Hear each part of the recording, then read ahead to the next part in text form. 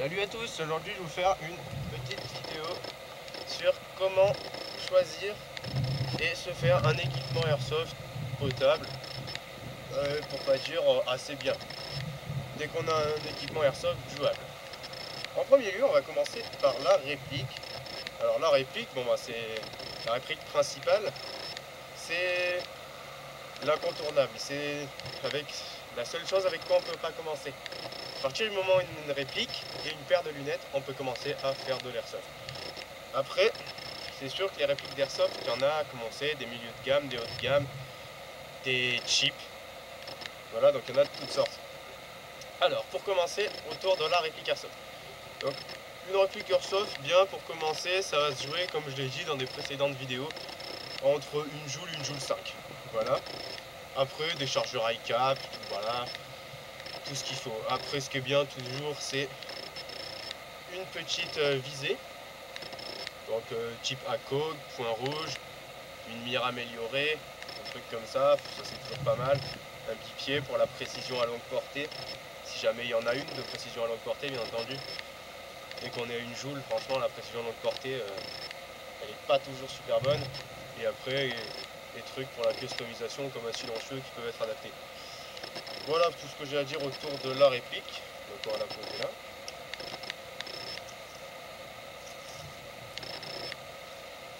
Voilà, alors après au niveau de l'équipement on peut vraiment commencer sans rien, avec un pull et un jean. Pull et un jean, tout ce qu'il faut c'est des lunettes. Après au niveau du visage, je dirais qu'un casque ça peut être pas mal. Après il y a ceux qui préfèrent les cagoules et chapeau, casquette, un peu ce qu'on veut. Après au niveau des vêtements, moi j'ai pris un treillis normal, standard, un truc vraiment basique. Après au niveau du torse, on va y venir après, mais le gilet tactique, mais surtout en dessous, donc une espèce de veste, tout ce qui est veste ou par-dessus on peut mettre des choses.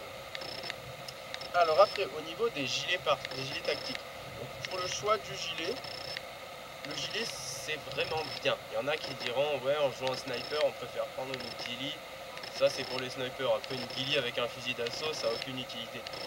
Le gilet tactique, le gros avantage qu'on va avoir c'est qu'on va pouvoir foutre plein de choses dedans. Donc quand vous avez une AEG comme c'est là, avec vos chargeurs high cap, donc vos petits chargeurs comme ça, quand vous en avez qu'un qui reste toujours dans la réplique, ça va. Et dès que vous commencez à en avoir plusieurs, c'est sympa de pouvoir les ranger dans des poches faites exprès, comme ça, qui ont pile la bonne taille, et vous arrivez, vous rentrez, la poche elle est sécurisée, ça bouge pas, ça tombe pas des porte-chargeurs, c'est nickel. Après vous pouvez mettre, l'avantage avec ce genre de truc, c'est que c'est plein de poches, c'est modulable, les poches vous pouvez les changer de place, en hauteur, en largeur, en rajouter, dans ce type de poche, voilà, une lampe, une connerie comme ça, n'importe quoi, un speed loader. Voilà, donc après l'avantage aussi d'avoir un gilet, c'est pour la protection. Un gilet, vous prenez une balle, une bille sur le gilet, même à 2 joules, la bille, vous allez à peine la sentir. C'est vraiment bien. Après, il faut bien sûr compter sur le fair play, il faut que le type il ait pris sa bille, il l'entende, et là dès qu'il l'entende, même s'il l'entend mais il l'a pas senti, il faut qu'il soit out, sinon c'est sûr que ça va pas passer. Après c'est bien du coup au niveau de l'épaisseur, mais rien n'empêche d'avoir un pull en treillis ou un truc comme ça, mis à part que moi le pull en treillis je trouve que ça a vraiment pas grande utilité. C'est sûr qu'après bon ça va les billes, vous allez pareil pas trop les sentir, mais bon vous pouvez rien ranger dedans quoi. Vous pouvez rien ranger dedans, puis ça laisse pas les bras. Là vous avez les bras bien, vous pouvez bouger quoi. Pas de problème, il n'y a que pour se baisser à la limite, où c'est un peu plus compliqué. Alors après, au niveau donc du reste, les chaussures, je commence avec des baskets, mes chaussures de randonnée, des trucs comme ça. Alors après les gants c'est bien, c'est sympa. Souvent on se dit je vais commencer sans gants, on peut, c'est mieux d'avoir des gants parce que les gants on se dit ouais les billes dans la main on va pas en prendre souvent. C'est vrai que des billes dans la main pour que la bille elle vienne taper en plein dans votre main ça arrive pas souvent, sauf que le jour où elle va taper dans votre main, sur la main c'est sensible, ça va vite faire mal. Hein. Honnêtement quand vous avez un bout de peau qui... Parce que la main, l'os il est direct en dessous, il n'y a pas de graisse pour amortir. Donc la main, dès que ça tape dedans, ça fait super mal. Donc franchement, des gants, n'importe lesquels, type airsoft, pas type bâtiment, pas des gants qui collent, parce que des gants qui collent, ça fera pareil que si vous n'avez rien. Voilà, donc des gants comme ça, c'est pas mal. Alors après, au niveau de quand on pratique l'airsoft depuis un peu plus longtemps, dans ce cas-là, on peut se permettre plus de frais, donc plus de frais, une réplique secondaire. Donc une réplique secondaire, type Magnum comme j'ai, type Colt 1911, type Beretta, type Glock, type B23, type tout ce que vous voulez. Après, donc au niveau de ces répliques, c'est des répliques qui vont être bien dans le cas où l'adversaire est proche. Si il est à moins de 5 mètres, vous allez prendre votre petite réplique à 1 joule. Donc pour les Dan Wesson, c'est bien des douilles réductrices, sinon ça claque plus fort. Donc vous allez prendre votre réplique à 1 joule, et vous allez pouvoir tirer à moins de 5 mètres. Et ça a franchement son côté sympa. Parce qu'après, avec les genres de grosses répliques AEG, dès que vous êtes à moins de 5 mètres, logiquement vous ne pouvez pas tirer. Et comme la plupart du temps les gens ils font pas gaffe, et ben ça fait mal. Ça fait mal. Après donc au niveau, si vous avez une réplique secondaire, il faut que vous ayez un holster. Voilà. Donc le holster, on l'a.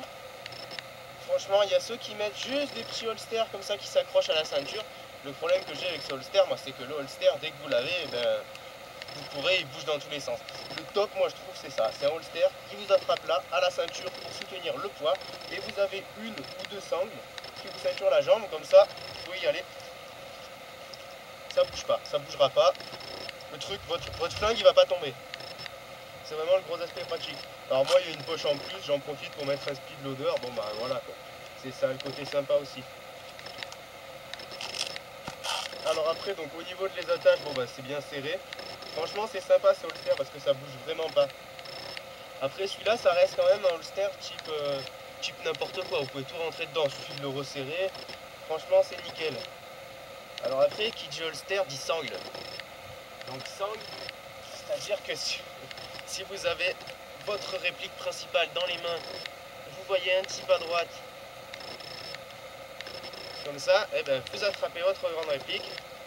Bon, dans la réalité, tu le fais plus vite. Voilà, bon. Vous la foutez derrière le dos et vous sortez votre seconde réplique. Voilà. Bon, tu le fais trop vite. Normalement, tu le fais plus vite. Moi, j'ai la sangle qui est un peu pas trop serrée. Bon, je vais la garder maintenant que je l'ai. Hop, voilà. Donc une sangle. La plupart des répliques sont équipées quand même d'attaches sangles. Après, il y a certaines répliques de type ancienne qui n'auront pas de sangle. Je pense notamment à tout ce qui est VV2. Il y a certaines répliques VV2 qui auront pas trop d'attaches sangles et d'ailleurs pas des deux côtés. Il faut vraiment, vous pouvez faire gaffe si voilà ça vous intéresse. Après, il y a toujours moyen d'y accrocher quelque part votre sangle. Alors après, donc ça c'était tout ce que j'avais à dire au niveau de l'équipement. Au niveau de la tête, des lunettes, pas des lunettes de soleil, quoi. Vraiment des lunettes qui sont faites pour ça, des lunettes type pour faire du VTT ou de l'airsoft. Des trucs qui, ça prend des caillasses, ça casse pas, sinon ça c'est inutile. Après voilà, moi j'avais pris un bob, c'était pour cacher le soleil quand on vise avec une lunette. Ça a son côté sympa aussi. Alors, après au niveau de l'équipement, j'ai rien d'autre à dire. Sur les AEG, plusieurs chargeurs, c'est quand même sympa. Parce que moi ça m'est arrivé de faire des parties où quand on commence, même avec des chargeurs à molette, et ben, il y a un moment où il y en a deux qui jouent, il y en a deux qui rechargent, quoi. Donc s'il n'y a qu'un seul chargeur, c'est vite casse-couille. Après au niveau des AEG, bon bah, les AEG c'est sympa, les gaz c'est plus difficile, ça coûte plus cher, commencer sur les AEG c'est mieux. Au niveau des vêtements, un gilet comme ça, c'est 50-60 euros. C'est pas un gilet bien compliqué qu'une ceinture. Un pantalon comme ça à 20 euros. Un holster. Bon, allez, on va dire celui-là, je crois que je l'avais payé 34 euros. C'est pas énorme. Après, au niveau de tous les équipements, des gants, une quinzaine d'euros, même pas 10 euros suffiront. Un bob pareil, des lunettes. Des lunettes, vous pouvez en trouver à 5 euros sans problème.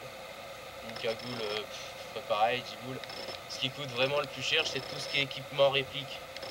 C'est là qu'on sent l'aspect un peu économique de l'airsoft, c'est que vous avez donc, vous pouvez partir sans rien, avec un pull, un jean, des lunettes à 5 euros. Ce qui va vous coûter cher, c'est la réplique.